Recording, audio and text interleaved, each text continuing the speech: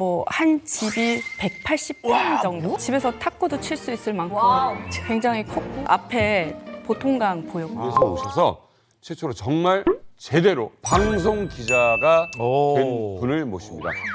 그것도 무려 KBS 기자로 활약하신 분 모십니다. 북한 전문 기자 박진희 씨 만나보시죠. 최근 KBS에 입사한 박진희 북한 전문 기자와 함께 관련 소식 알아보겠습니다. 박 기자는 김일성 종합대학을 졸업하고 지난 2008년 국내에 입국했습니다. 장성택과 연줄이 있는 회사인데요. 이미 이 회사가 해산이 됐다고 합니다. 먼저 탈북해 한국에 정착한 가족과 친척들이 애타게 도움을 요청하고 있습니다. KBS 뉴스 박진희입니다.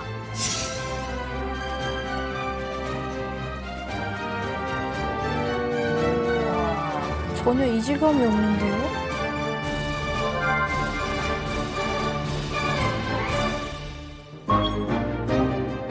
평양 외국어 학원을 거쳐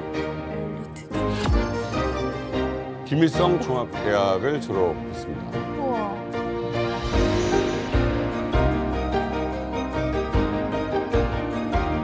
애국열사네요? 애국열산이 인치가 됐다. 180평?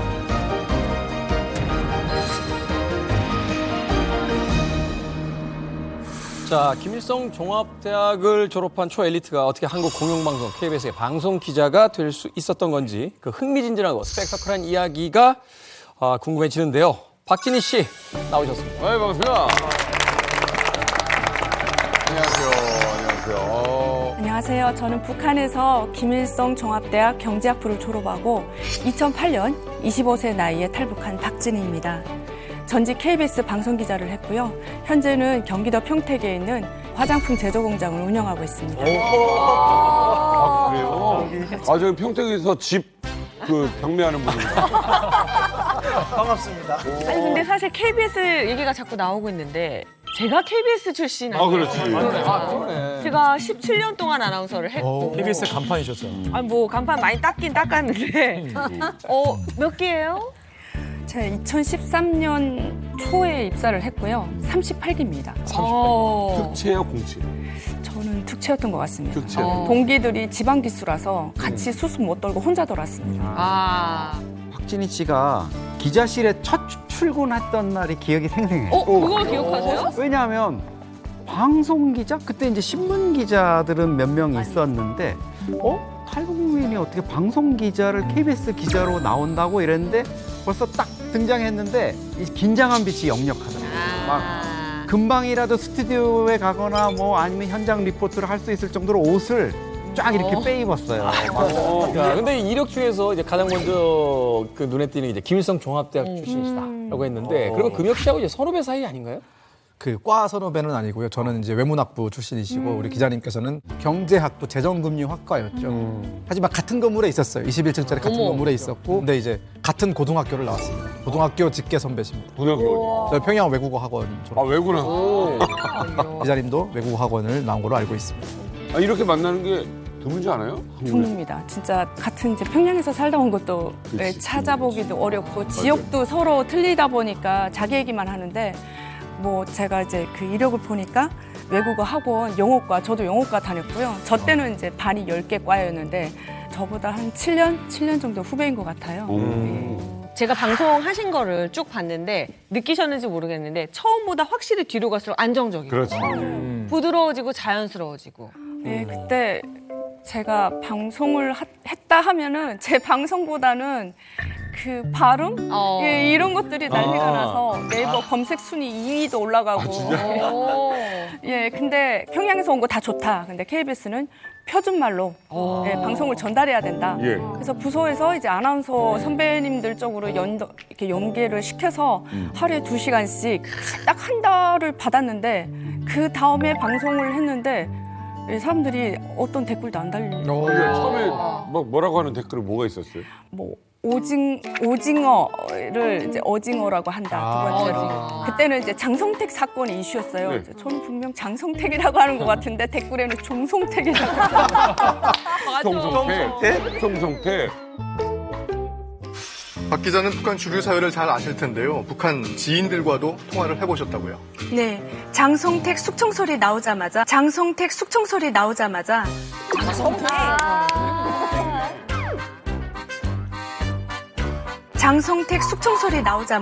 북한 사정을 잘 아는 사람들과 오늘 오후에 통화를 했습니다. 네. 그 당시에는 이제 긴장도 되지, 떨리지. 그렇죠. 근데 아나운서 분들이 그 교육하실 때 어자고 오자가 불분명한 거를 확실히 잡아주셨던 것 같아요. 연필 물고 많이 연습시키잖아요, 이렇게. 탈북민들이 저는 남한 생활 21년 차인데 아직도 오하고 어 발음이 진짜 너무 어렵거든요. 네, 정말 안 돼요. 그래서 저는 그때 그 탈북민이 주로 어디에 사냐 이런 누가 물어보셔가지고 대부분 뭐 양천구나 노원구에 살아요. 그랬는데 너요? 노원구가 이게 나도 모르게 노원구인데 노원구라고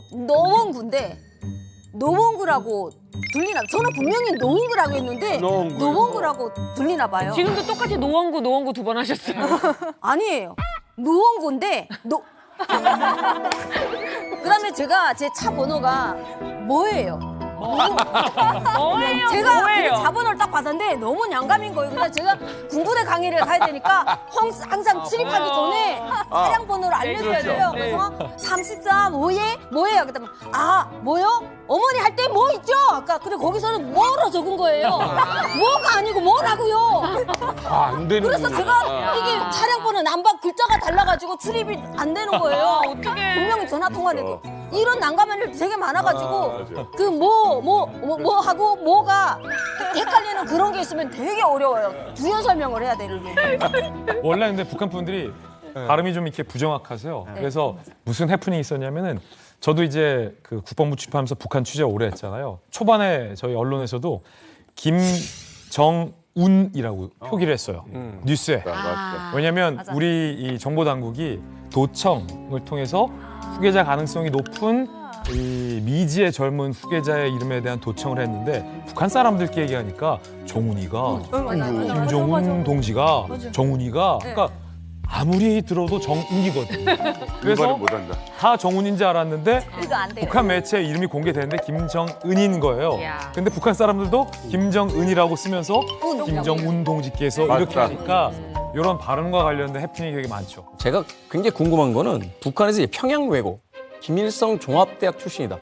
앞서 잠깐 이야기하셨습니다만 이건 단지 북한의 수재들만이 갈 수 있는 어떤 그 학벌이 아니라 선결돼야 되는 어떤 조건이 있잖아요.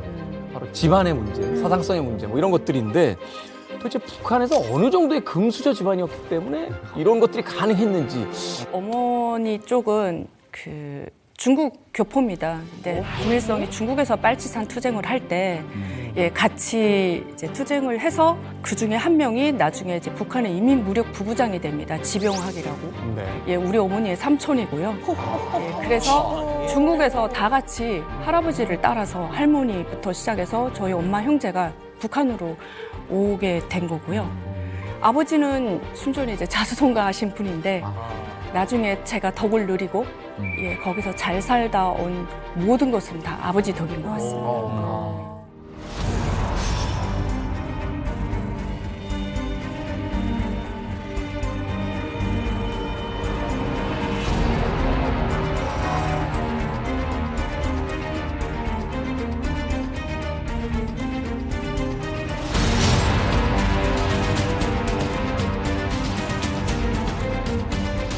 전반적인 건설 일정을 앞당기하게 얘기할 것이 있으면 간단히야.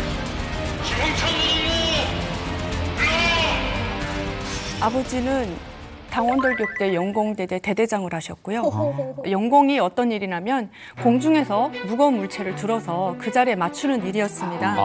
그래서 아버지가 주체 사상탑도 이제 만드셨는데 이런 영공이 할 수 있는 직업이 그 직업이 하나였어가지고 뭐 개선문, 주체 사상탑, 천리마 동상, 뭐 그 영생탑 등 북한의 사적 기념비를 세웠고 뭐 10년에 한 번 나올까 말까 그런 천재였다. 제가 그러네요. 그렇게 들었습니다. 그래서 아버지가 이런 쪽으로 일을 많이 하셔서 이중 노력용 칭호를 받으셨습니다. 그러니까 일단 다루는 그 대상 자체가 굉장히 중요한 건축물이고 또한 그렇기 때문에 최고의 어떤 당성과 이제 정밀도를 가지고 있는 기술자들이다 이렇게 볼 수 있는 거예요. 맞습니다. 예. 얼마나 일을 잘하셨으면 평생 한 번 받기도 힘들다는 그 영웅 칭호를 2번이나 이중으로 받으셨을까요? 네, 아빠는 북한의 건설건재대학을 졸업하셨고요. 예, 그리고 그 이후에 나중에 이제 박사, 공학 박사 학위도 받으셨습니다. 예, 그래서 집에 가면은 그 뭐 건설 현장 또는 이제 행사장 그런 데서 김일성, 김정일하고 이제 찍은 사진이 굉장히 많은데 뭐 그 대부분 이제 그런 걸로 기념을 남기니까 다른 집에도 있는데 보면 사진을 보면 김일성, 김정일 가운데. 와. 예. 그러니까 뒷줄인데 가운데 아니면 김일성 뭐 김정일 옆. 예, 이런 쪽 사진들이 굉장히 후덜덜 다 넣어서 그걸 현상에서 보관했는데 꽉 차가지고 더 못 넣어서 다른 방에 간 적도 있고. 역할을 다 채워서요? 이중영웅이라고 하셨잖아요. 북한에서 이중영웅을 떠나서 그냥 영웅만 돼도 갑자기 이제 극신분 상승이 돼요. 북한에 이제 토대라는 것이 있는데 토대 안 좋은 사람이 영웅되는 경우도 있습니다. 우연치 않게. 그런 사람도 갑자기 토대가 좋아지게 되는 거예요. 영웅이 된다고 하면은. 이제 영웅 칭호를 받았다고 하면은 우대가 달라져요. 일반적으로 장성들이나 차관들이 갈 수 있는 남산병원에 갈 수 있는 이런 좀 특혜가 있고요. 그리고 일반 주민들하고 다른 배급 카드 같은 것들이 있어요. 북한에가 배급제가 끊겼다고 하는데 그렇지는 않거든요. 끊겼다는 것보다 축소대가 된 거죠. 정확히 말하면. 그렇기 때문에 이런 분들, 영웅이라고 하는 분들은 특별한 카드가 있어가지고 그분들은 배급을 받습니다. 그리고 그 영웅의 자식들, 자식들까지는 덕을 봐요. 아버지의 덕을. 이런 분들. 예, 이제처럼 자녀들까지 아버지의 덕을 보게끔 돼가지고 일반적으로 우리가 생각하는 북한 주민들하고 영웅들하고는 차이가 하늘과 땅 차이죠. 저희 할아버지도 영웅이었습니다. 저희 할아버지도 영웅이었습니다. 그렇지. 나와야지. 같은 고등학교. 노력 영웅, 그러니까 공화국 영웅이 있고요. 노력 영웅이 있어요. 공화국 영웅은 정말 받기가 어려워요. 그러니까 공화국 영웅은 막 총이라도 한 발 맞아야 되고 나라를 위해서 거의 목숨을 걸어야만 받을 수 있는 게 공화국 영웅 칭호고 노력 영웅은 이 북한이라는 나라가 존재함에 있어서 공을 세운 사람들에게 그 공대로 이제 치하를 해주는데 가장 위에 있는 게 노력 영웅이거든요. 두 개를 받으셨다는 건 정말 북한 정권이 그 아버님께 고마운 게 많다라는 거죠. 정권 입장에서. 저희 할아버지는 노력 영웅 1중이시인데 2중은 저도 굉장히 오랜만에 봤습니다. 아니 뭐 스치듯이 얘기가 나왔었는데 저는 그 당원 돌격 때 정확히 어떤 조직인지 궁금하거든요. 당원 돌격 때는 당원들만 있을 수 있다라는 그 정도로 정신력이 투철한 사람들. 그런 돌격자? 예, 있습니다. 그 직업은 그 북한에 하나밖에 없고요. 와. 예, 만약에 김일성이가 뭐 1군단에 왔다 갔다 아니면은 올 예정이다 하면은 무조건 사적비를 세웁니다. 네. 예, 그 사적비를 세우는 일을 하셨습니다. 이건 아무나 하는 엄청난. 일이 아니라 네. 아버지는 아주 이제 머리가 빨가신 분이었고요. 김일성이 묘양산에 와서 뭐 시를 읊고 그 시를 언제까지 돌에다 새겨가지고 어디까지 옮길 때 아버지가 간으로 많이 아프셨어요. 근데 그 우리 아버지 사파리, 그러니까 여기로 말하면 찝차 비슷한 차를 타셨는데요.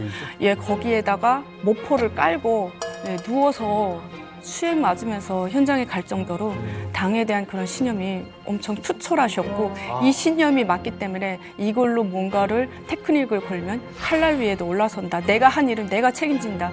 그런 사상이 정말 투철했어요. 근데 이 당원 돌격대에서 아버님이 맡으셨던 특별한 역할이 있을 것 같아요. 아빠가 항상 이제 작업을 할 때는 그 현장에 나가서 그 수기, 그러니까 깃발로 이렇게 하잖아요. 거기는 이렇게 마이크 이런 것들이 잘 안 돼 있으니까 멀리서 그걸 보면서 계속 그 다른 사람이 해도 되는데 아버지는 내가 해야 사고가 안 난다라고 생각하시는 것 같아요. 그래서 이제 설계 같이 구리고 힘을 이제 조절해서 그 위치에 작업하는 거. 그 예전에 주체사상탑이 김일성의 70돌 생일을 맞아서 돌 70개를 올려놓은 상징성. 또 높이가 170m이거든요. 그러면 이거 만드신 거예요? 네네, 저 돌을 하나씩 이제 70개를 자기 위치에다가 이렇게 딱딱 해놓으면 이제 올리는 겁니다. 저거는 고층이라서 돌을 가공한 다음에 올렸습니다. 아빠가 그러는데 상당히 그 건설 기간도 엄청 타이트했대요. 그래서 하루에 막 2시간, 3시간 자는데 분명히 나는 직진으로 걸어간다고 하는데 사람이 막 옆으로 가더라고. 그 얘기도 하셨어요. 얼마나 피곤했으면. 저도 그 평양에 갔을 때 주체사상탑 몇 번 올라가 봤는데요. 저게 우리가 보기에는 그냥 성탑인 것 같은데 실제로는 내부에 엘리베이터까지 있어가지고 예, 170m 위에 올라가서 전망대에서 이렇게 볼 수 있을 정도인데 시설이 뭐 거기 안전 시설이 없어서 문 저 꼭대기 횃불 있는 부분에 전망대가 있는데 문 열고 나가려 그러면 바람이 막 사람이 날아갈 것 같이 불어요. 아니, 1층으로 들어가면 넓은 이 전시장 김일성의 주체 사상을 선전하는 야, 남산 서울타워 어떻게 세워졌는지 그런 엄청 것들을 큽니다. 보여주는 엄청 커요. 탑이고 엘리베이터로 한참 올라가요. 그래요?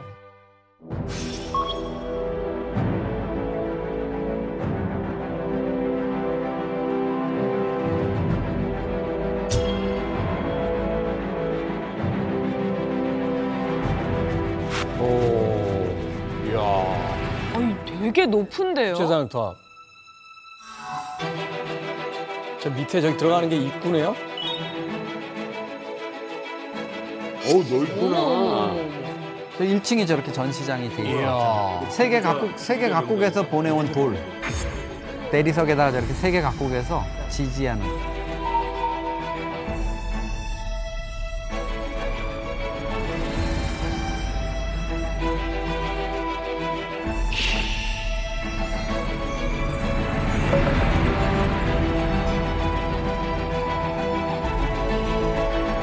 아마 뭐 귀빈실 같은. 아니, 이거는 탑이 아니라 건물인데요? 주체 사상탑은 사실상 일단 그 탑 자체를 놓고 보면 전 세계 최고 높이의 석탑이에요. 돌로 쌓은 탑 중에는 전 세계 1위입니다. 근데 그 어떤 기술적인 면뿐만 아니라 상징적인 면에서 북한에서는 김정일이 본인의 후계자 자리를 공고히 하고 김일성의 업적을 좀 더 높이 지켜세우는 과정에서 만든 그런 위인적인 그런 어떤 작업물들이거든요. 그런 거를 공사를 하죠. 그러다 보니까 이 공사를 하는 게 정말 조심해야 되는 게 아파트 무너지는 것보다 이게 무너지면 모든 사람들이 다 날아가는 거예요. 그러니까 이거부터 아파트를 그러니까 이 일은 하나의 실수라도 있으면 관련된 모든 사람들이 다 엄청난 책임을 묻는 그런 자리이기 때문에 정말 최고의 전문가들이 모여서 만들 수밖에 없는 그런 구조인 거죠. 뭐 김일성, 김정은, 뭐 김정일 다 이렇게 신격화하는 사회인 북한에서 그런 아주 중요한 책무를 맡으셨던 아버지신 것 같아요. 근데 가장 최근에 했던 일은 뭐가 있을까요? 제가 기억나는 게 조통일 3대 원장 탑인가요? 예. 김정은이 무너뜨린. 네. 멋있다. 이게 와, 실제 이거 가보면 멋있어요. 엄청나게 위험이 있어요. 그러니까. 고속도로가 저 밑으로 갑니다. 맞아요. 거의 반지의 제왕 사이즈인데요. 아, 맞습니다. 아, 이거 그거잖아요. 얼마 전에 우리 이만갑에서 다뤘던 주제였는데 저거를 김정일이 때려부수라고 했다고. 맞습니다. 저 탑이 조국 통일 3대 헌장을 기념하는 탑이에요. 이게 1972년부터 북한의 정치 철학을 상징하는 거거든요. 그래요. 7.4 남북 공동성명 이후에 이제 김일성이 이제 조국 통일 3대 원칙을 제시합니다. 자주, 평화, 민족 대단결 이렇게요. 그러니까 그걸 상징하는 탑이고 저거는 지금 그 2000년도 6.15 남북 공동성명 이후에 그걸 또 약간 그 계승해서 만든 건데 1주년 때 딱. 그렇죠. 일단 그 남과 북을 상징하는 두 여인이 서로 손을 맞잡고 한반도를 지금 바치고 있잖아요. 높이가 30m입니다. 왜냐하면 조국 통일 3대 헌장을 나타내기 때문에. 또 이제 그 이 가로 세로 길이가 61.5m예요. 6.15 남북 공동 성명을 상징하고 있죠. 그때 조선중앙TV에서 촬영 나온다고 해서 저희 엄마랑 이제 돼지도 잡고 뭐 오이 냉국도 해가지고 저도 현장에 같이 나갔거든요. 그 당시 아버지에 대한 기록 영화를 만들고 있었어요.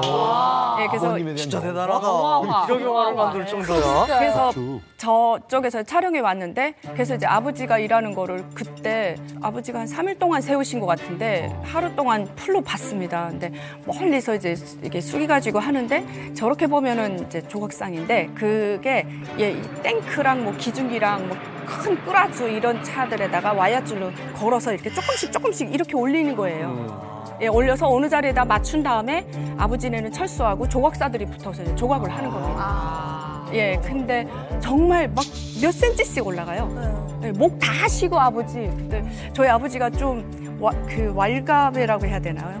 야, 야 저거 똑바로 올려. 너무 중요한 일이니까. 야, 너 그거 안 해? 그 밑에 현장 좀 사람들 다 빠지게 하라고. 야, 촬영 그만두고 좀 비키라고. 뭐 아버지 막 욕을 그 마이크에다 대고 하시는데, 예, 근데 어쨌든 되게 볼만했어요. 이렇게 하나씩 조금씩 올라가고 아마 뭐 한쪽이 뭐 50톤, 뭐 거의 100톤씩 될 겁니다.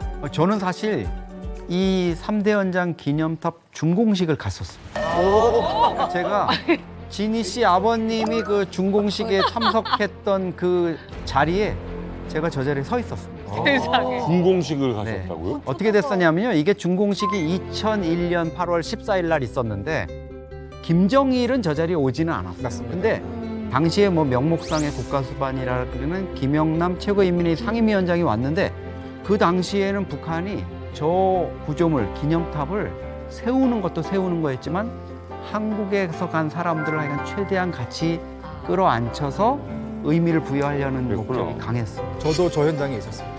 저 준공식 하는 날에 왜냐하면 제가 제 초등학교를 다닐 때인데 제가 다녔던 초등학교 이름이 통일 소학교였어요. 저 근처에 있거든요, 초등학교가. 그러다 보니까 근처에 있는 학생들을 다 동원시켰었어요. 동원돼서. 가지고 그때 봤던 기억이 납니다. 어쨌든 준공식이면 아버님하고 같은 공간 안에 있으셨다는 얘기죠. 네, 그랬을 것 같아요. 그러면 정말 그야말로 말씀하신 대로 유족하게, 그러니까 풍족하게, 윤택하게 사셨다는 건데 예전에 그 자산의 상황 좀 자랑 좀 해주세요. 자산이 얼마큼 있으셨는지. 2006년도에 이제 그 평양에서 가장 고급식으로 지은 아파트에 이사를 갔는데 뭐 한 집이 180평 정도. 180평이면 어느 정도? 아파트가요? 한 집. 한 집이? 예. 네, 그래서 집에서 탁구도 칠 수 있을 만큼 굉장히 컸고 예, 주방도 엄청 컸고 청소해도 하루 종일 걸렸던 것 같아요. 청소만. 예, 그런 집인데 아버지가 이제 거기에 엘리베이터라든가 예, 그 아파트 구조물 관련해서 공사를 해주시고 그러면 엘리베이터가 있죠. 선물 받으신 조건이 있죠. 엘리베이터 사서 아버지가 설치해 주시고 뭐 그런 것들로 인해서 집을 받았고 바로 딱 앞에 보통강 보였고 한강뷰, 한강뷰. 그 보통강이 어떤 데냐면 얼마 전에 리춘희 아나운서가 김정은한테 집을 받았잖아요. 알죠, 알죠. 그게 바로 보통강변에 있는 집입니다. 야, 리버뷰.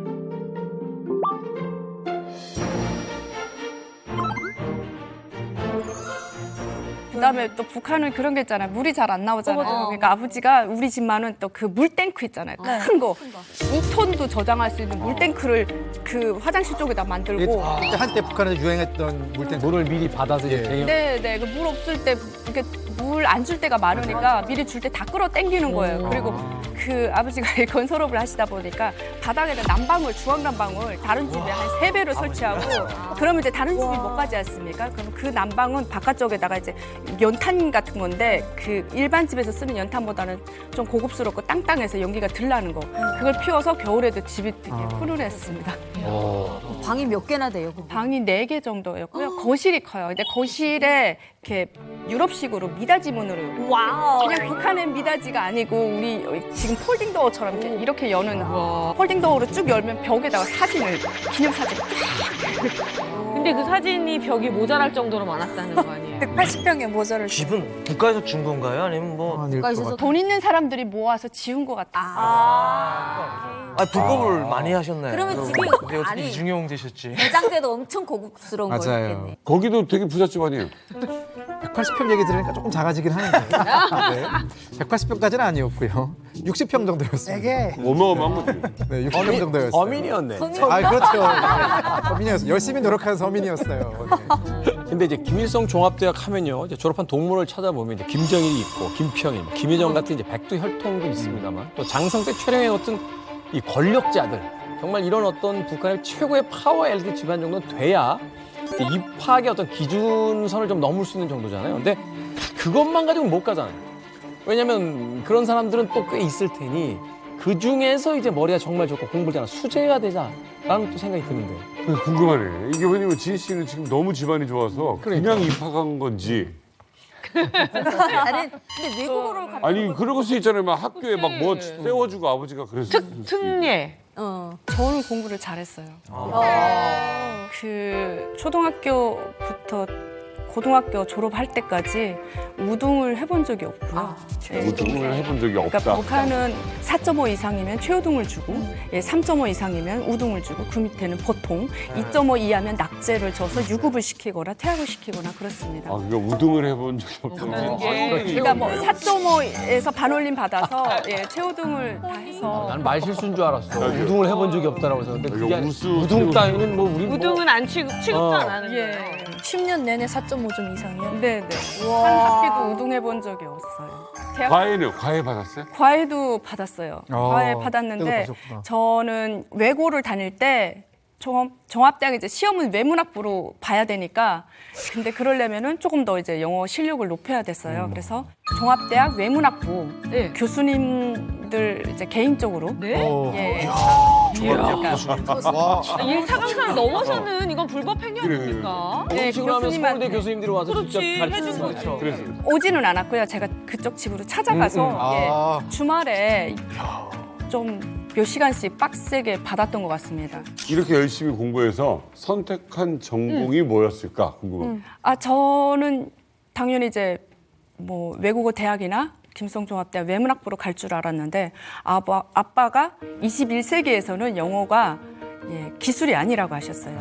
누구나 다 해야 되는 거고 북한에서 뭐 자립자족이라든가 뭐 경제 정책들을 많이 변화하고 있으니까 너는 김일성 종합대학 경제학부에 가서 공부를 잘 배워서 나중에 북한의 내각 총리가 되라고 그러시면서 일단 시험은 외문학부로 보고 붙은 다음에 경제학부로 돌린 케이스입니다.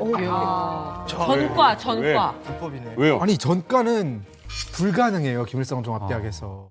그래요? 이거는 불가능한 겁니다. 원래는. 이게 가능한 케이스가 제가 알고 있기에는 2번밖에 없었어요. 한 명이 저희 외문학부로 들어왔다가 법대로 옮긴 일이 있었어요. 근데 그거 가지고도 난리가 났었거든요. 그만큼 전과는 아주 어려운데 와 진짜 거의 레전드인데요.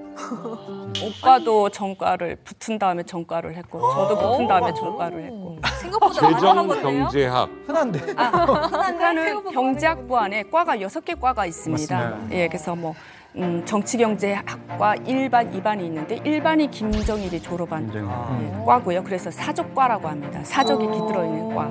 그리고 무역경제학과, 또 재정금융학과, 그다음에 계획경제학과, 조정경제학과 이렇게 과를 6개 과를 냈습니다. 와 그런데도 이렇게 경제가 무너진 거야?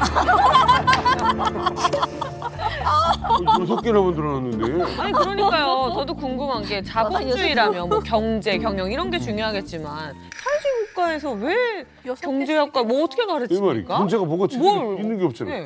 내 말대로 할 수. 그쪽에서는 정치경제학과라는 건 사실 이념이거든요. 아이디올로지, 막 이데올로기에 관련된 네, 부분이고 계획경제라는 건 이제 해묵은 거죠. 네. 사회주의 개혁경제고 뭐 그게 얼마나 되겠습니까? 그런데 아버님께서 딱 보시니까 우리도 어차피 개혁 개방으로 나갈 것 같아.라고 하니까 이쪽이 굉장히 유망할 것 같아.라고 해서 아버님께서 찍어가지고 보내신 것 같아요. 금융과 무역 쪽. 그런데 이제 문제는 뭐냐면 김정은이 초기에는 개혁 개방하려고 했거든요. 맞아요. 했는데 안 맞는 거야. 그러니까 북한에서는 그것조차도 할 수 있을 정도의 유연성이 없는 체제였던 거죠.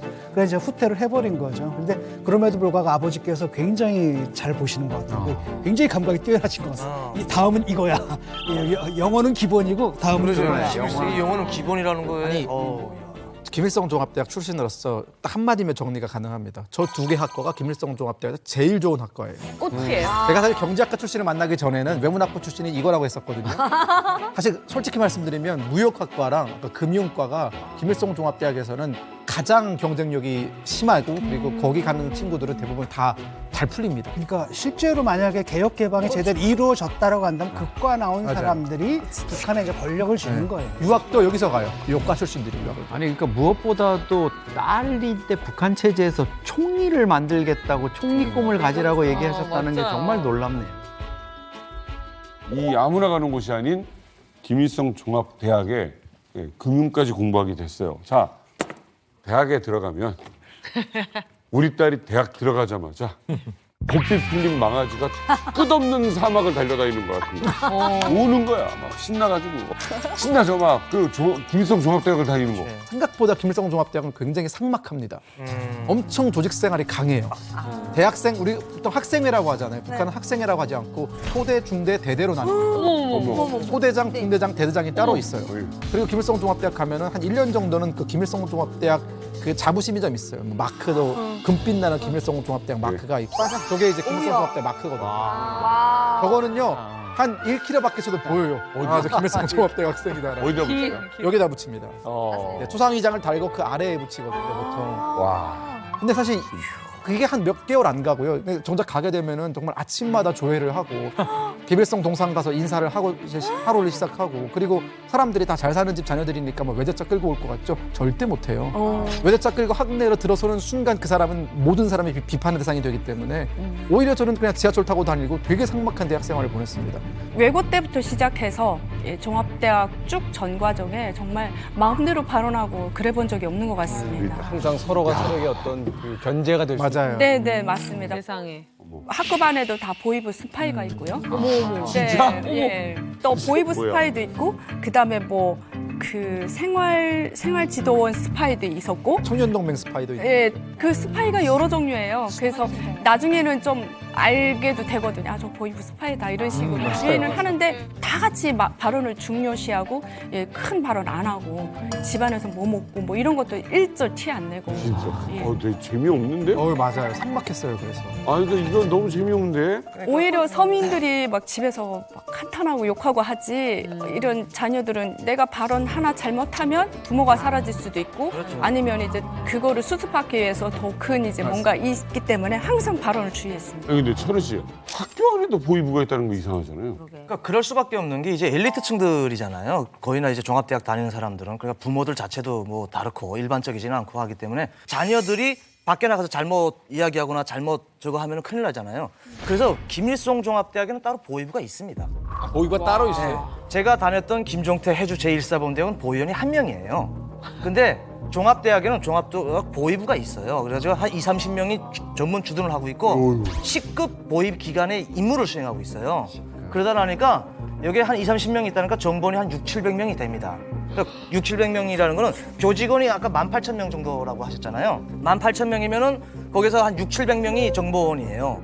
그리고 또 나머지 한 800명, 1000명 정도는 협조원이라고 있어요. 합쳐가지고 합치면 한 2-3,000명이 어떻게? 종합대학에 있는 교직원들을 그 교직원들의 사상 동향을 장악하고 있다.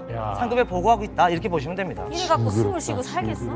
그래서 숨을 못 쉬는 거죠. 그래서 이제 간부집 자녀들이지만 당당하게 학교에서 이야기 못하고 하는 거는 그 스파이들이 가서 이야기하면 누구네 집에서는 이렇게 한다고 한다라고 하면 보위부에서 또 부모를 캐니까 학생이 중요한 게 아니고 이 학생 때문에 자기 집안이 망하겠니까. 그래서 부모들이 계속 강조시키는 거죠. 이래서 미팅을 학교 주변에서 못 하는 거예요. 술자리도 학교 주변에서 안 하는 거예요. 그렇죠. 괜히 실수하니까. 문제가 생길까 봐 최대한 멀리. 외제차도 못 타고 들어오고. 그렇습니다. 벌써 그런 게 눈에 띄면 벌써 이제 타겟이 되니까. 그렇죠. 우리가 생각했던 이제 낭만적인 대학생활은 완전히 다르잖아요. 이제 친구들과도 뭐 터놓고 이야기할 수도 없고 심지어 아까 이야기한 바에 따르면 거의 교직원의 10분의 1이 보위부 스파이처럼 돌아다니고 있는데 마음 편히 어떤 행동 하나를 할 수가 없는 상황인데 이런 스트레스 상황에서 그럼 박진 씨만의 어떤 스트레스를 푸는 방식 뭐 이런 것도 있지 않았을까 하는 또 생각이 들어요. 그 북한에 있을 때 남한 드라마를 좀 많이 봤어요. 그러니까 통제를 선배님.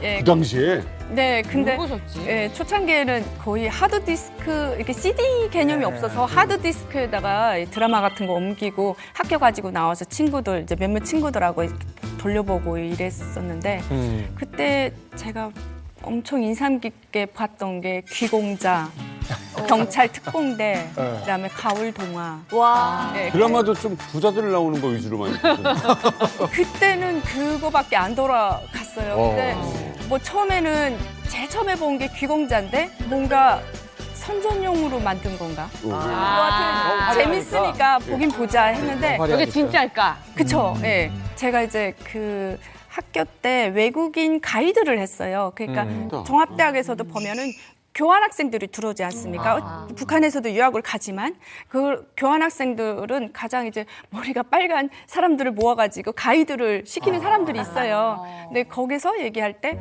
사우스 코리아 하면 여기 노스 코리아다라고 알려주고 여기 못 살아, 나만 잘 살아 뭐 이런 식으로 계속 얘기해서 저게 뭔 소리일까 했었는데 저는 이제 북한이 못 산다는 얘기를 거기서 처음 접했어요. 대학교 2학년 때. 잘 살았으니까. 예, 그랬는데 나중에는 이제 뭐 남한이 경제 강국, 뭐 세계 7강이다. 북한은 마지막에서부터 10번째로 못 사는 나라에 속해 있다. 예, 그래서 그렇게 말하면 안 된다. 뭐 얘기는 했는데 그때 거기서 듣다가 드라마를 보니까 이게 그 소린가? 했습니다. 그 평민 삶보다는 엄청 드라마틱한 그런 삶이잖아요.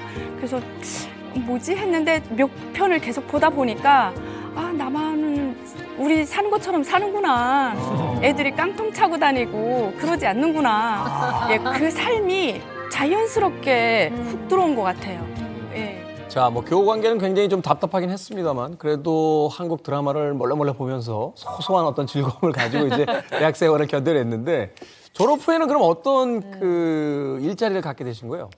졸업하고 한 6개월 정도 쉬다가 이제 아빠 지인분이 운영하시는 무역회사에 회계원으로 취직을 했습니다. 그래서 거기는 북한은 이제 금광이 많잖아요. 네. 금운석해서 그런 광석을 캐내기까지는 하는데 뭐 전기라든가 기술자, 뭐 추출하는 기술력이 부족하다 보니까 뭐 금이 3%, 은이 뭐 5% 이런 광석을 그대로 중국에다 가져다 팝니다. 예, 그래서 그런 회사에서 제가 회계를 받습니다. 야, 이게 아빠 찬스 제대로.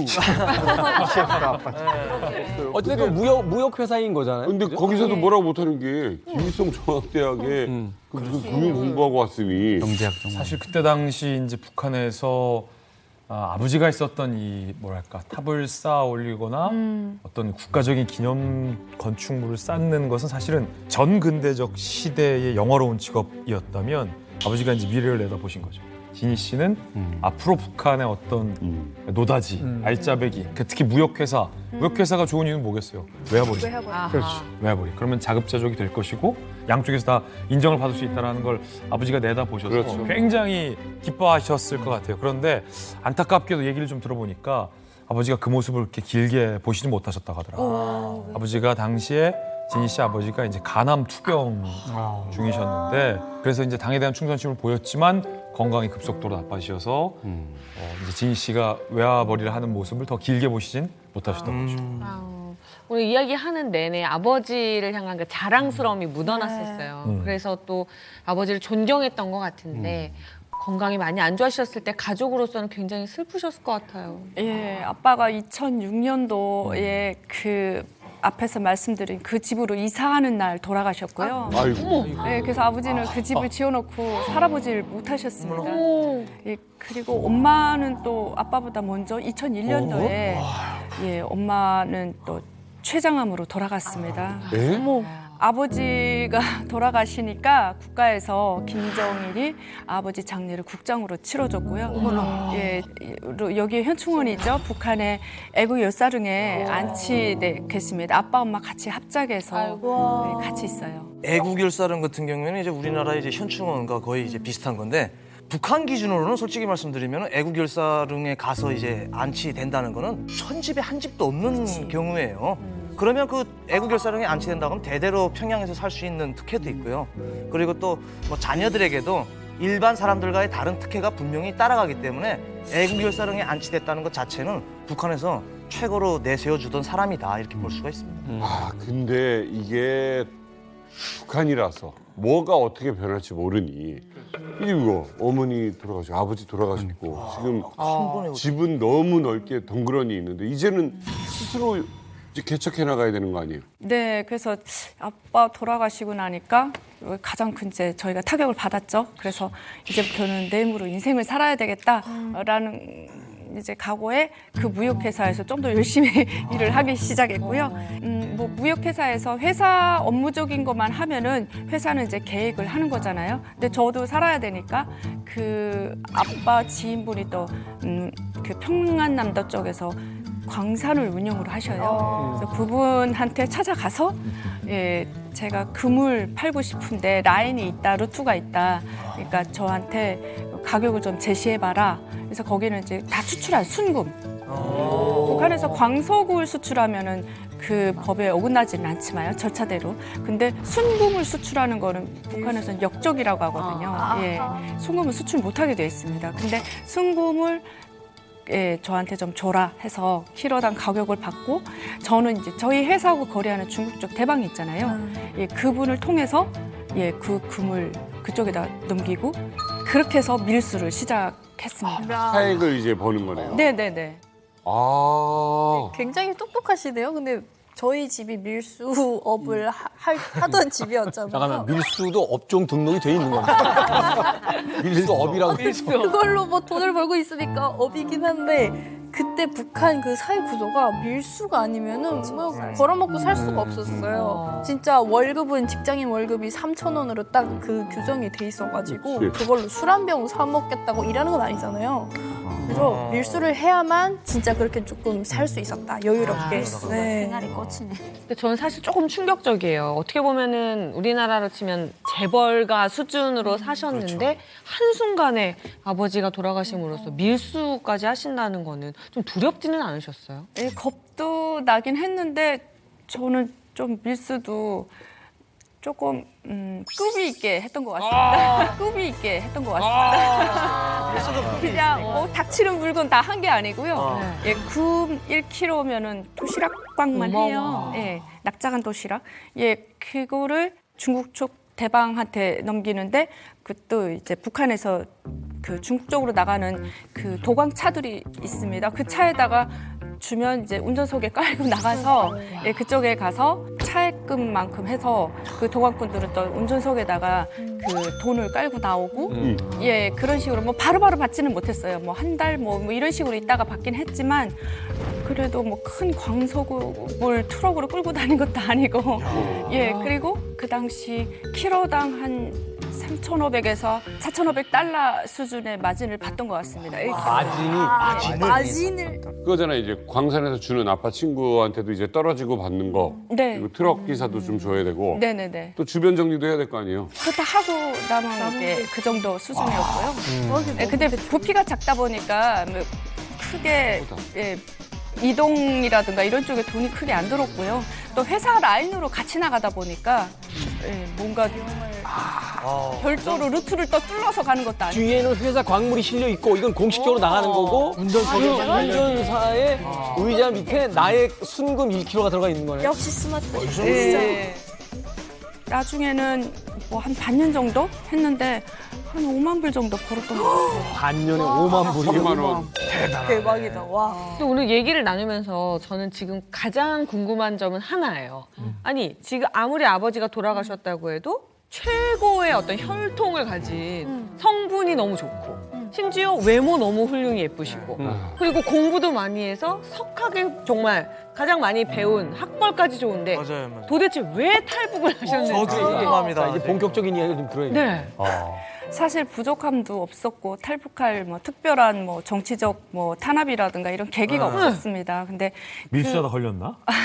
그것도 아니고. 그것도 아니고 운 좋게 6개월 동안은 안 걸렸었거든요. 근데 그 말도 안 되는 정말 사건이 일어나서 제 인생이 한 180도로 바뀐 것 같아요. 뭘까요? 자, 지금부터 한번 얘기 어떻게- 들어보죠. 말도 안 되는 사건. 예, 그 중국 축 이제 대방이 있을 거 아닙니까? 그분이 조선족이었어요. 그래서 한국말을 굉장히 유창하게 하셨는데 그분하고 이제 밀수를 하는데 어느 날 그 돈을 줄 테니까 그 돈 가지러 국경 쪽으로 나와라라고 했어요. 근데 저는 그 중국 땅을 넘어가 본 적은 없습니다. 그래서 그쪽으로 넘어가려면은 국경警비대한테 불법으로 이제 돈을 주고 불법으로 이제 그 강을 넘어서 그 강가에서 만나고 그 얘기를 이제 설명을 하더라고요. 그래서 뭐 가까우니까 예, 별 일이 아니겠다 싶어서 그리고 그때 받을 액수가 좀 컸어요. 한 2만 불 정도 됐었거든요. 몇 달치가 쌓였으니까. 예. 2천만 원 돈인데. 그래서 국경비대한테 돈을 주고 20분만 갔다 올게요.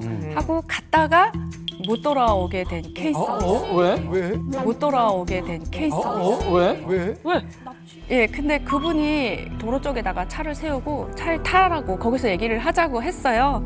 그래서 차에 탔는데 제 기억에는 담배 피는 사람 같지는 않은데 이제 뭐 담배를 피는 것 같아요. 근데 그러고 제가 이제 잠들었어요. 그러고 제가 이제 잠들었어요. 예? 수면. 그게 뭐지? 그러니까 뭐 녹였나요? 아니면 그 담배가 잠재우는 뭔가 있었던 것 수면 같습니다. 향. 예. 어머나. 그러면 이거는 잠깐만요. 이거 인신매매, 납치 뭐 이런 거 아닙니까? 그러니까 이제 다행히도 인신매매는 아니어서 어디 뭐 팔려가고 이러지는 않았습니다. 근데 깨보니까 뭐 어떤 집에 있었는데 그때는 제가 25살이었고 어떡해. 많이 이제 순진하고 그래서 네가 차 안에서 계속 자더라. 그래서 나는 빨리 가야 되고 그래서 이제 여기에 데려다 놨는데 며칠 있다가 데려다 줄게. 예, 이렇게 얘기를 했어요. 그래서 알겠다 하고 뭐 돈도 좀 주고 전화기도 주고 자 이걸로 통화하자. 뭐 본인은 급한 일이 있어서 어디 좀 간다. 예 그렇게 해서 이제 제가 거기 있게 된 거고요. 이게 조금 이상해요. 그러니까 납치라고 하기도 뭐한 게 납치라는 건 감금하고 나쁜 짓을 해야지. 연락도 못하게 해야 되는데 돈을 집에 주고 전화기도 주고 돈도 있으라고 그래. 아 이게 납치구나. 라는 걸 이제 눈치채게 되는 어떤 계기라든지 그 상황이 있어야 되잖아요. 저는 그분이 굉장히 좋은 분이라고 생각했어요. 예, 2년 동안 봐왔고, 예, 인간성으로나 이런 것들이. 근데 시간이 좀 한 뭐 2주 정도, 3주 정도 지나니까 그때 뭐 그 전에는 잠깐 오긴 했는데 뭔가 말을 차단하고 빨리 이렇게 가버리더라고요. 예, 근데 와서 그때 얘기하시는 게 자기가 이제 이혼을 한다. 그래서 왜 이혼을 하시냐 했더니 자기도 이제 살고 싶은 사람하고 살고 싶다. 네. 예, 그래서 그 상대가 이제 저라는 걸 알게 됐고. 충격. 이게 뭐야? 이거 뭐야? 이거는 좀 보쌈 아닌가요? 이거 그 국경을 넘는 현장감 보쌈인데요? 아니 무슨 그래서? 일이에요? 예, 그래서 그분이 이제 혼자서 짝사랑을 했던 거죠. 2년 근데 동안. 제가 그런 쪽에 좀 감각이 무딘지 못 느꼈어요 전혀. 예, 그냥 돈 받으러 나갔다가 결국은 이제 못 가게 된 거고. 예, 데려다 줄게 하는데 제가 봤을 때는 못 돌아가는 것 같아요. 그리고 사실 평양에서 하루 이틀만 어디에 이제 사라지거나 안 보이면 뭐 보이부에서 물어보고 이런 게 있는데 거의 2, 3주를 못 돌아가다 보니까 이거는 돌아가도 뭐라고 이 알리바이를 메꿀 수 있는 자신이 없었습니다. 예, 그래서 결국은 이제 못 돌아가는구나. 내 운명이 이렇게 이제 바뀌어버리는구나. 예, 그렇게 생각을 한 거죠. 예. 그 사람이 다 본인의 운명을 바꿔요. 어디예요? 거기 지역은? 양강도 쪽 신파 예, 그쪽에서 강을 건넜고요. 그러면 이제 반대쪽은 연길이잖아요. 근데 제가 있었던 거는 남방 지역이었습니다. 거기까지 이제 데리고 남방 지역. 내가 되게 더웠다고 그랬잖아요. 못 가게 남방 쪽으로 멀리 데려갔어요. 네. 멀리. 못하게. 남방까지 가게 며칠 걸리는데 그때까지 계속 수면 상태에 있었던 거예요? 제가 일어나니까 머리가 너무 아팠어요. 예, 근데 뭘 한 거야? 깨려고 하면은 또 뭐 이랬던 것 같아요. 그래서 아니 중국을 중단시킨 거잖아요. 지금. 그러니까 남방의 중심부는 아닌 것 같고 딱 경계 쪽까지 간 것 같고요. 그러니까 문 열고 나갈 수 있게도 해주고 휴대폰도 줬고. 어차피 갈 수 있어. 못 간다. 그럼 도대체 그분은 휴대폰 하나 달랑 두고 자꾸 어딜 간 거예요? 같이 있으면 제가 계속 데려다 달라고 할 것 같으니까 그렇죠. 예 그분이 이제 옆에는 없고 뭐 전화하면 어디냐 그럼 뭐 홍콩이다 뭐 좀 일 좀 더 보고 가야 된다 뭐 그렇게 계속 시간을 끌면서 예, 무마를 했습니다. 근데 저는 일단 오빠도 너무 걱정이 되고요. 예, 제가 이렇게 됨으로써 아무런 마음의 준비가 없다 보니까 마음도 너무 불안하고 예, 그래서 도망가려고 그 집에서 나와서 뭐 어디 역전 같은 데로 갔는데 그때가 올림픽 때라서 중국 올림픽 때라서 경찰들이 쫙 깔렸더라고요. 예, 너무 무서웠습니다.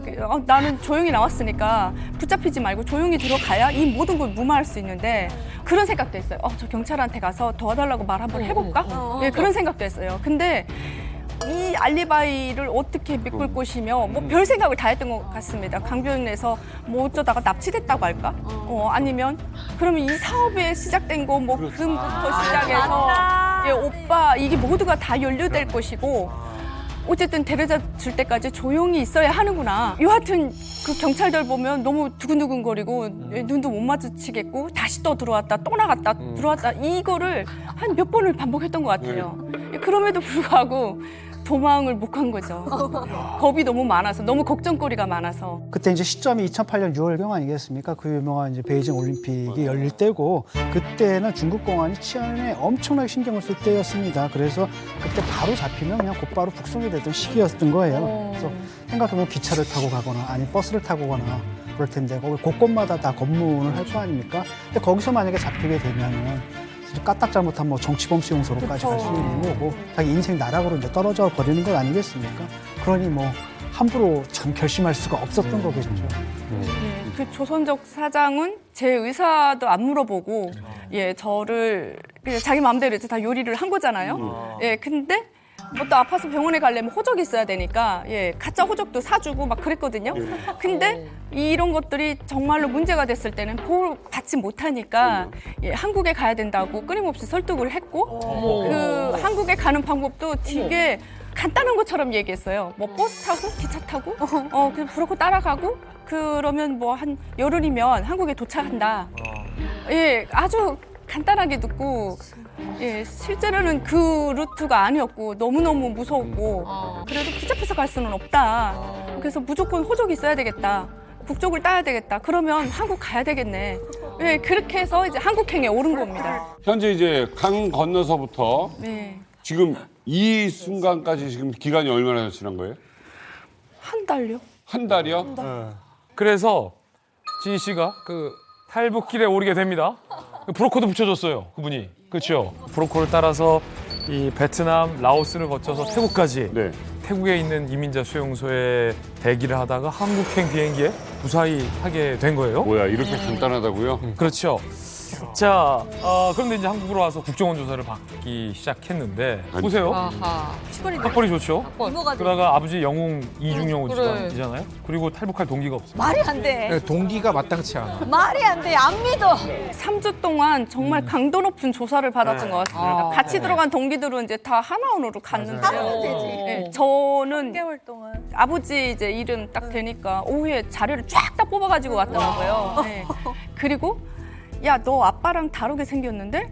그러기도 하고 저 아버지 판박이에요. 예, 그러기도 하고 똑같은 걸 계속 씌우고 예, 말투도 처음에는 안 믿기는지 엄청 위협적으로 무섭게도 얘기하고요. 막 서럽고 아, 이게 내가 왜 이 취급을 당해야 돼? 예, 그리고 이걸 어떻게 해명해야 나는 여기서 나갈 수가 있나? 그리고 나중에는 또 어느 날에 목소리가 좀 가볍고 좋아져가지고 국정원 직원이 와서 아, 우리 요거만 하고 이제 나갑시다. 예, 그러는 거예요. 뭔가 했더니 이제 거짓말 탐지기고 예, 설명을 해주고 그런 질문들 쭉 하는데 나중에는 그런 질문이 있더라고요. 대남 연락소에서 맞아요. 예, 훈련을 받았습니까? 그래서 아니라고. 예, 그렇게 해서 마지막 결과를 그분이 말씀해 주시는데 자기가 보기에는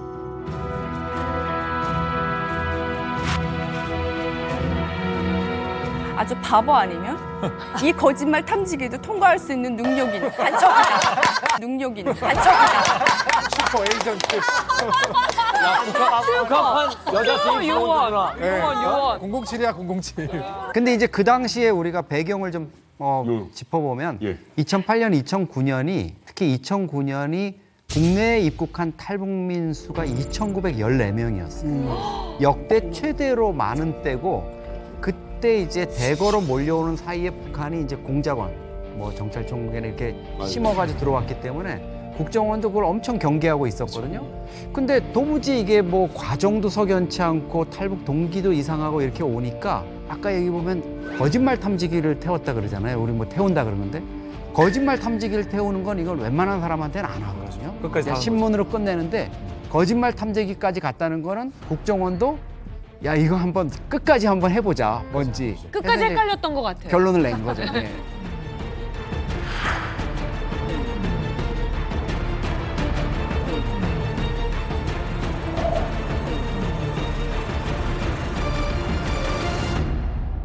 당시 25세의 박진희 씨. 너무나도 똑똑하고 아름답고 정말 뭐 이제 대한민국까지 이렇게 왔어요. 이제 정착 잘 하시겠습니다. 정착하는데 그 마음에 정착을 하는데 시간이 굉장히 오래 걸렸습니다. 저는 와서 국정원도 그렇고 예, 그다음에 조선일보 뭐 경찰 이런 쪽들에서 연락이 굉장히 많이 왔어요. 뭐 자문위원도 좋고 뭐 작가도 좋고 기자도 좋고 뭐 이런 식으로 연락이 왔는데 하고 싶은 일 우리랑 같이 하자. 예. 근데 제가 마음의 준비가 된 것도 아니고 또 제가 얼굴이 공개되면 오빠가 예, 타격을 받잖아요. 행방불명자까지는 괜찮을지 몰라도 예, 그 남한 사회에 대해서 이해를 못한 상태에서 나오자마자 러브콜이 엄청 많이 들어왔어요. 근데 너무 무섭고. 근데 사실 그때만 해도 그 오라는 데가 어떤 조직인지 도대체 대한민국 사회에서 어떤 영향력인지 이것도 파악이 안 돼 있는데 사실. 네, 뭐 익명으로 일할 거다, 뭐 다 보호해 줄 거다라고 함에도 불구하고 경찰이나 국정원이면 북한에서 제일 반대하는 기관인데 내가 여기 가서 있다가 뭐 이름 한 번이라도 공개가 되면 우리 오빠는 어떻게 되는 거지? 그렇지. 예, 이해돼요. 그래서 그때는 와서 8개월인가 9개월 만에 제가 일본으로 넘어가게 됐습니다.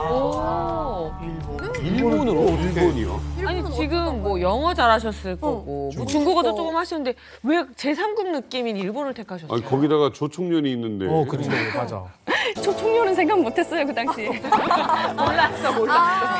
그건 모르겠고 그런 거 있잖아요. 제가 북한에 있을 때 한국보다는 일본이 더 잘 산다고 배웠고 한국 물건은 많이 못 들어왔지만 일본 물건들이 굉장히 많이 들어왔습니다. 보면서 일본은 어떻게 경제를 돌려서 기술이 이렇게 발전되고 이렇게 잘 살까. 예, 그런 좀 동경심도 많았고요.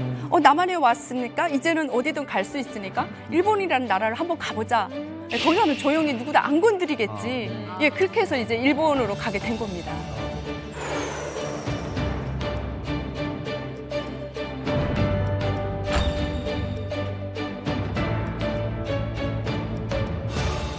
근데 이제 외국으로 간다는 건 사실 언어적인 장벽이 제일 크잖아요. 그러니까요. 그 당시만 해도 앞서 이야기하신 것처럼 한국에 이제 8개월 만에 일본에 가셨다면 일본에 대한 충분한 준비도 안 돼 있었을 거고. 뭘로 먹고 살아요? 어렵지 않으셨어요, 일본 생활? 계속 콜이 오는 게 더 무서웠어요. 오히려. 예, 더 여기서 일하자, 저기서 일하자, 다 좋은 기간이고 분명히 밥 먹고 살아야 되고, 예, 그때는 그 닭장처럼 생긴 골프 연습장 프론터를 봤어요. 예, 거기 숨어 있다시피 하고 안 그래도 되는데 왜 그렇게 무서웠는지 몰라요. 예, 그러다가 여하튼 이제 일본으로 갔는데 말도 모르고 아무것도 모르고 돈도 없고. 가서 편의점 알바하면서 그 일본에 보면은 그 천주교 쪽에서 무료로 외국어를 가르쳐 주는 데가 있어요. 예, 그런 쪽에서 공부도 하고 이제 학교도 끊었던 상태라서 학생 비자로 예, 거기서 있다가 그 일본어를 그래서 부지런히 배운 거죠. 근데 뭐 정말 절박했던 것 같습니다. 일본어를 못 배우면 밥도 못 먹는다. 예, 아무것도 못 산다. 화장실도 못 찾아간다. 뭐 아프면 병원도 못 간다. 이런 강박감에 남들보다 죽어라 하고 몇 배로 공부한 것 같아요. 그래서 거의 제가 학교 1년 차 졸업할 때 뭐 4, 5년 있은 사람들 일본어 실력만큼 저는 너무 절박했으니까. 예, 그리고 또 좋은 분을 만나서 그쪽 일본의 부동산 회사에 취직을 하게 됐고요. 예, 하면서 영업을 또 잘해서 그 일본에 있는 5년 동안 돈도 많이 벌어가지고 왔습니다. 돈을 벌었어요? 그 와중에?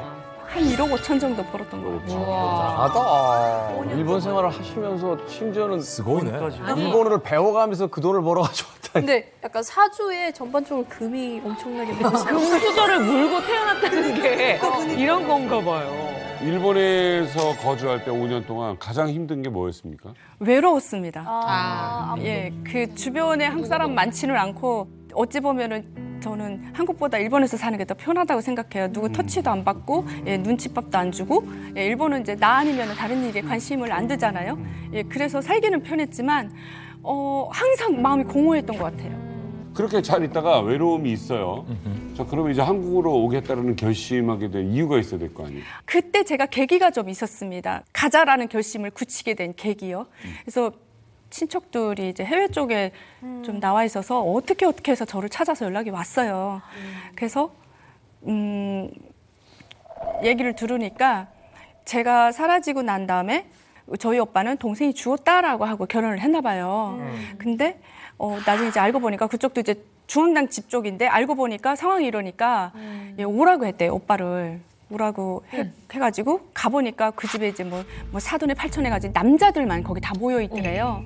그래서 네가 거짓말해서 우리 동생 이제 인생을 다 망쳤다 이러면서 때리기 시작했는데 내 얼굴이 딱 2배 되게 때렸대요.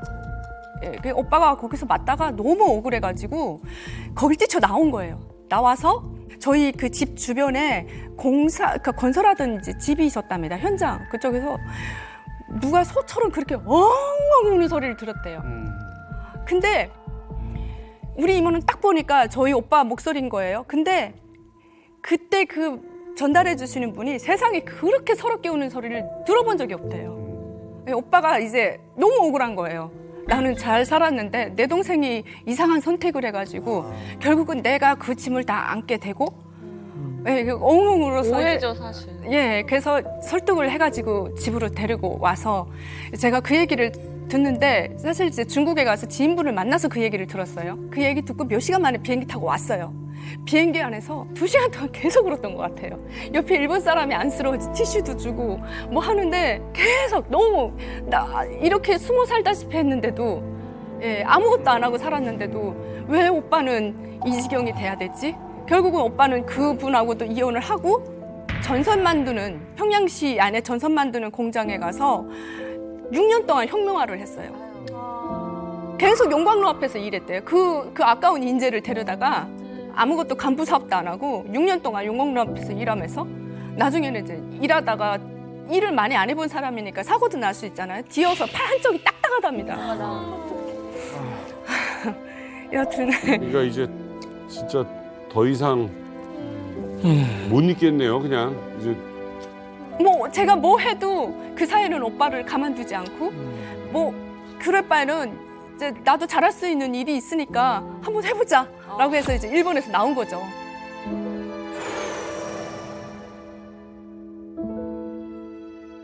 근데 우리 또 진희 씨 같은 경우에는 다른 직업을 좀 구해보자라는 생각을 갖고 있던 차에 조선일보 정치부 기자 채용 공고가 납니다. 그래서 그러면 내가 여기에 한번 응시를 해보고 이런 식으로 내 스스로를 한번 나타내보자 해서 시험을 쳤어요.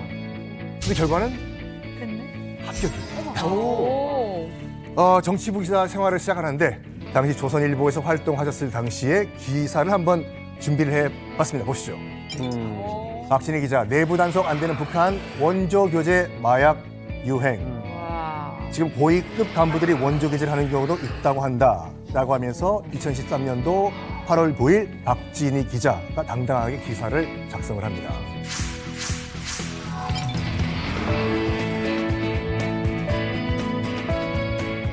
기자가 돼서 그럼 알리고 싶었던 게 뭐였을까? 언론에 입사하게 된 그 이유는 뭘까요? 저는 북한에서 좀 유복하게 자라서 고난의 행군 때 그 아픔도 잘 모르고요. 서민 생활도 잘 모릅니다. 그리고 뭐 정치범 수용소라든가 정치적 압박이라든가 이런 것도 잘 이해를 못합니다. 근데 와보니까 다시는 돌아 못 가는 세상이에요. 가고 싶지가 않아요. 분명히 문제점이 많은 거잖아요. 그런 문제점을 바꾸는데 제 목소리를 내고 싶었습니다. 그래서 신문기자보다는 방송기자에서 조금 더 몸으로 부딪히면서 이거를 하고 싶어서 KBS 방송기자의 이제 북한 전문기자를 뽑는다는 공채가 있었어요. 그래서 시험을 봐서 300대 1을 뚫고 운 좋게 KBS 방송기자가 된 겁니다. 실력이 좋으신 박 기자는 김일성 종합대학을 졸업하고 지난 2008년 국내에 입국했습니다. 북한 사정을 잘 아는 사람들과 오늘 오후에 통화를 했습니다. 네. 그러니까 이건 것 같아요. 북한에 관련된 뭐 석박사 하신 분들도 많고요. 저는 지금도 그분들 대단하다고 봐요. 이 공부 양도 어마어마하시고. 근데 단 이건 있어. 우리가 막 화성 공부하고 화성에 대한 자료 준비하고 막 이랬는데 화성에서 누가 왔어. 따라갔어. 그러니까 이 차이인 거예요. 그러니까 지금도 예를 들어서 북한의 실정이나 앞으로 뭐 미래 전망 이런 거는 북한학 공부하시는 우리나라 분들이 훨씬 잘하는 분이 훨씬 많아요. 근데 대신에 문제는 와서 말하는데 북한 살다 왔다는데 평양에. 그러니까 북한의 무슨 통신 시스템이 어떻고 핸드폰 거래가 어떻고 또 아무리 연구해가지고 설명했는데 어제 무산시장에서 팔다 온 사람이 왔어. 가격이 얼마고 지금 어떻게 되고 뭐 뮤신칩은 어떻게 하고 하면은 그건 뭐 주체 사상탑 공부를 막 했어. 했는데 누가 우리 아버지가 만들었어. 어릴 때 여기 앞에서 준공식 있었어요. 이제 뭐라고 그래? 경험을 통해 아는 것도 굉장히 중요한 부분이고. 그럼. 거기 이제 어찌됐건 알고 있는 사람들이 아직 거기 있잖아요. 그럼. 사실 기자 입장에서 취재원을 활용할 수 있다는 굉장히 많은 거죠. 본다라면 굉장히 많은 거죠. 그것이야말로 정말 이 기자로서의 최고였던. 근데 한번 진희 씨 본인에게 여쭤볼게요. KBS가 정말 많은 사람들 중에 근데 왜 진희 씨를 뽑았을 거라고 생각하세요? 그 당시 저는 이제 운이 상당히 좋았다고 생각합니다. 지원했던 분들이 오랫동안 이제 통일 문제라든가 이런 걸 취재하신 선배들, 대선배들도 있었고, 그다음에 탈북민들도 지원을 굉장히 많이 했습니다. 근데 2008년에 25살에 탈북해서 제가 KBS 지원할 당시가 31살 정도 됐는데 그렇게 어린 나이에 김일성 종합대학 경제학부를 졸업한 사람도 없었고 KBS에서 처음으로 북한 전문 기자를 뽑으면서 상징성이라든가 이슈성을 좀 더 어필하고 싶었던 것 같습니다. 아까 그 장성택 리포트를 한 날짜가 12월 3일인데 장성택이 실제로 처형된 게 12월 12일이거든요. 그러니까 미리 이제 진희 씨 리포트를 보면 북한에 전화를 직접 해서 취재를 해서 장성택이 다시 기사회생하지 못하고 처형된다는 거를 한 일주일 앞서서 예고를 한 거잖아요. 북한 사정을 잘 아는 사람들과 오늘 오후에 통화를 했습니다. 네. 장성택과 연줄이 있는 회사인데요. 네. 이미 이 회사가 해산이 됐다고 합니다. 그렇군요. 그 이후에 이 장성택 본인까지 처형이 됐으니 결과론적으로 이거 특종 아닌가요? 아, 그럼 그 당시에 저희가 장성택이 설마 죽겠냐? 이런 시각이 사실 좀 지배적이었고. 그렇죠.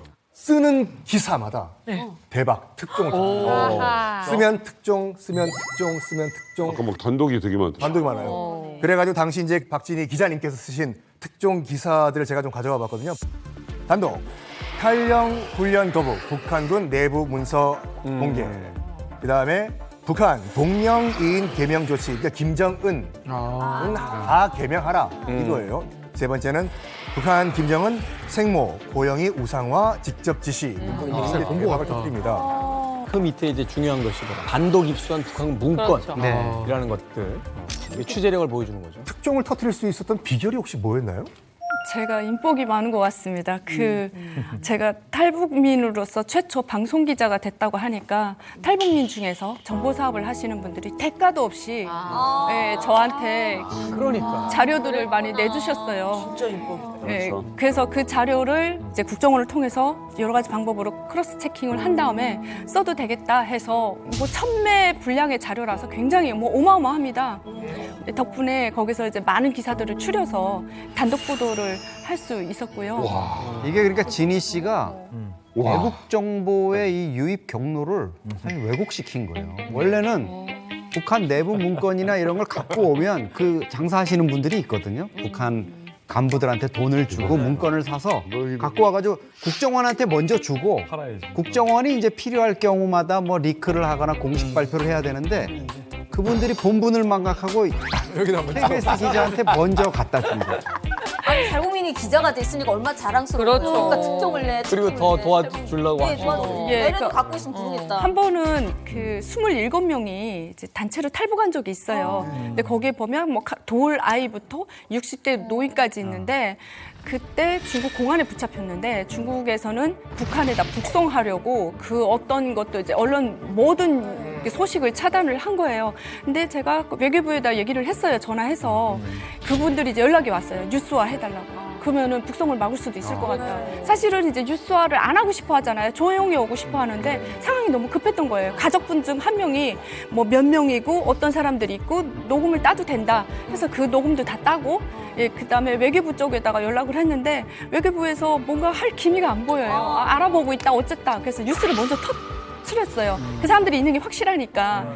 북한을 탈출해 중국에 머무르고 있는 탈북자들이 이달 초 촬영한 사진입니다. 이제 만 1살을 간 넘긴 어린 여아도 있습니다.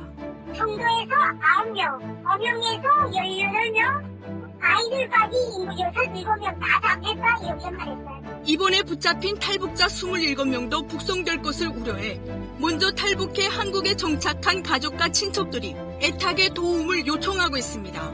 KBS 뉴스 박진입니다. 그 이후에 외교부 쪽에서 움직여서 북송을 막은 적도 있습니다. 기자의 생명은 결국 현장 취재잖아요. 그러니까. 현장을 취재해서 이거 세상에 알리는 게 기자의 어떻게 보면 존재의 이유인데 현장과 맞닿아 있는 현장에 있는 분이 온 거잖아요. 그러니까 정보가 다 모이게 되는 거예요.